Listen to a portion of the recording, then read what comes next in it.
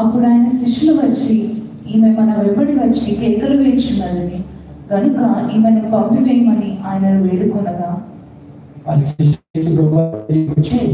ఆమె కేకలు అది చదవగానే ఏంటి శిష్యులంత కఠినంగా ప్రవర్తిస్తున్నారు? ఒక దైవజనుడి కలడానికి వస్తే ఆ దైవజనుడు బిజీగా ఉంటే ఆయన పక్కనున్న పరిచారకులు పని ఏంటి? ఎక్కువ మంది లైన్లో ప్రార్థన చేయించుకుంటారు అనుకోండి, ఒకరికి పెద్ద సమస్య ఉంది, వెంటనే వాళ్ళు ప్రార్థన కోరుతున్నారు. ఆ పక్కనుండే పరిచారకులు ఏం చేయాలి? ఆ లైన్లో ఉన్న వారిని ఆపి మొట్టమొదటిగా ప్రార్థన అవసరం ఎక్కువగా ఉన్న స్త్రీను ఆ బిడ్డను తీసుకొచ్చి ముందుకి ఆ పరిచర్య చేసే వాళ్ళు దైవజనుడికి అప్పచెప్పాలి. కానీ వాళ్ళు ఏం చేస్తున్నారు? ప్రభు వీళ్ళు తొందరగా పంపే.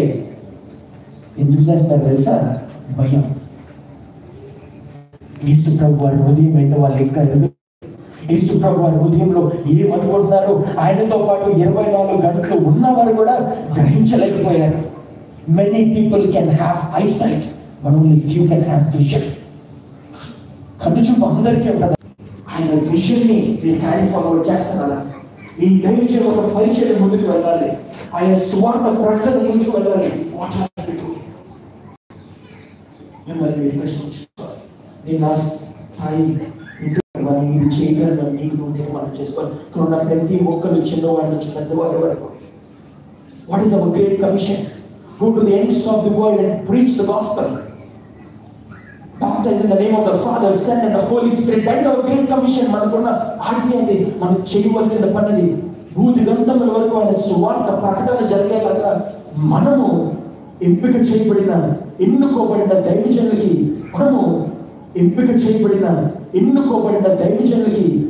నిలబడి ఆ సువార్త ప్రకటన చేయడానికి మనం సాయం చేయగలగాలి. Are we doing that? మనం అది చేస్తున్నామా లేదా? ఎవరో చేస్తున్నారు కదా, చేసుకొని ఉండకూడదు. ఆ శిష్యులు భయం ఎందుకు వచ్చిందో తెలుసా? ఈమె కేకలు పెడుతుంటే ఆ కేకలను బట్టి యేసు ప్రభు వారు అక్కడ ఉన్నారనే విషయం ఎక్కడ పరిస్థితికి సర్దుకేకి తెలిసిపోతూ ఎక్కడ ఆ ప్రాంతం గురించి వీళ్ళపైన దాడి చేస్తారనే భయంతో ఆమెను తొందరగా పంపేమని వాళ్ళు చెప్తున్నారంట యేసు ప్రభు వారికి. Because they do not have the vision. Yesu ప్రభు వారి హృదయంలో ఏమనుకుంటున్నారో ఆయన గ్రహించలేకపోయాడు. అప్పుడు యేసు ప్రభు వారు ఇలా అన్నారంట. యేసు ప్రభు వారు, మనకు తెలిసిన యేసు ప్రభు వారు చాలా కరుణామయుడు. ఎవరికి ఏ పనులెత్తి మాట అనరు, చాలా శాంతిగా ఉంటారు. సినిమాల్లో చూపించినట్టే ఉంటారని చాలా మంది అనుకుంటారు. Because they do not read the word. Yesu ప్రభు వారు is not a nice guy, he was a righteous person. నీతి కలిగిన మనిషి. నైస్గా ఉన్న వాళ్ళు ఏం చేస్తారు తెలుసా? ఎవరు ఏమంటే దానికి తలాడించేస్తూ ఉంటారు. నో చెప్పడం రాదు యేసు ప్రభు వారికి.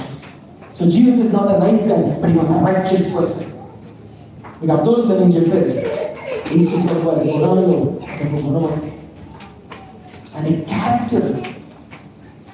అటువంటి క్యారెక్టర్ కలిగిన మనుషులు ఎవరు ఉండలేరు కూడా. ఆయనను పోలి ఉండడానికి ప్రయత్నం చేయడానికి ఎంత కష్టమైనా మనం ప్రయత్నించగలుగుతాం. We must have that kind of character, that kind of righteous behaviour. అప్పుడు యేసు ప్రభు వారు ఖచ్చితంగా ఈ మాట్లాడుతారంట.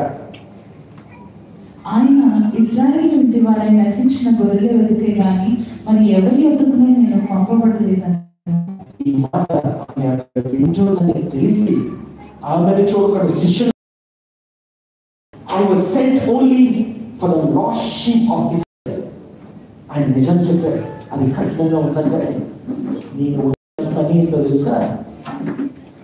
తప్పిపోతున్న యూదా జనాంగము, నా ప్రజలు, ఆయన ఇజ్రాయేలీ ప్రజలను మరలా తిరిగి తీసుకురావడం కోసం నా ప్రథమ పనిగా నేను ఇక్కడికి వచ్చాను. Came to this world for that very important mission అని ఆయన చెప్తున్నారు. మీకు అర్థమయ్యే భాషలో చెప్పాలంటే నేను ఏం చేస్తాను నాకు తెలుసు. మీకు అర్థమైందని చెప్పింది. యేసు ప్రభు వారి దగ్గర ఉండే చెంచాలు యేసు ప్రభు వారి దగ్గరికి వచ్చి ఆయన ఏం చేయాలని చెప్పిన ఆ ప్రతిసారి వాళ్ళు నోరును ప్రతిసారి ఉంచారు. ప్రభు మీరు నేర్చుకోవడానికి వచ్చారు, నేర్చుకొని నా మనసులో ఏముందో మీరు తెలుసుకోగలిగారు.